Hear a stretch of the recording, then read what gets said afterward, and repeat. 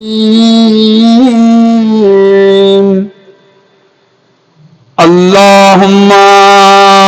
صل على محمد وآل محمد. إلهي عظم البلاء وبارح الخفاء وانكشف الغطاء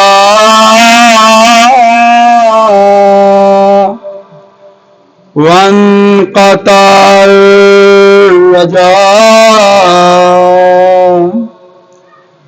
وضاقت الأرض ومنعت السماء وأنت المستعان وإليك المشتكى وإليك المعول في شدة والرخاء. اللهم صل على محمد وآل محمد. أولي الأمر الذين فرضت علينا طاعتهم وعرفتنا بذلك منزلتهم ففرج عنا بحقهم فرجا عاجلا قريبا كلمح البصر وهو أقرب. بلند آواز کے ساتھ یا محمد یا علی یا علی یا محمد یا محمد یا علی یا علی یا محمد یا محمد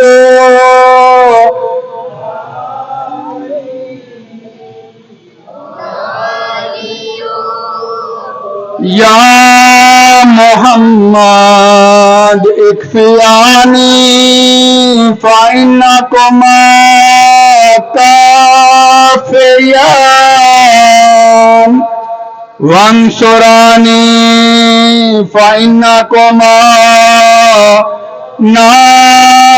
ناصران. یا مولانا یا صاحب الزمان الغوث الغوث الغوث أدركني أدركني أدركني الساعة الساعة الساعة الأجل الأجل الأجل. یا ارحم الراحمین بحق محمد وآلہ الطاہرین. اللہم صل علی محمد وآل محمد. سرکار حجت کے اعجاز ظہور کے لیے بلند تر صلوات.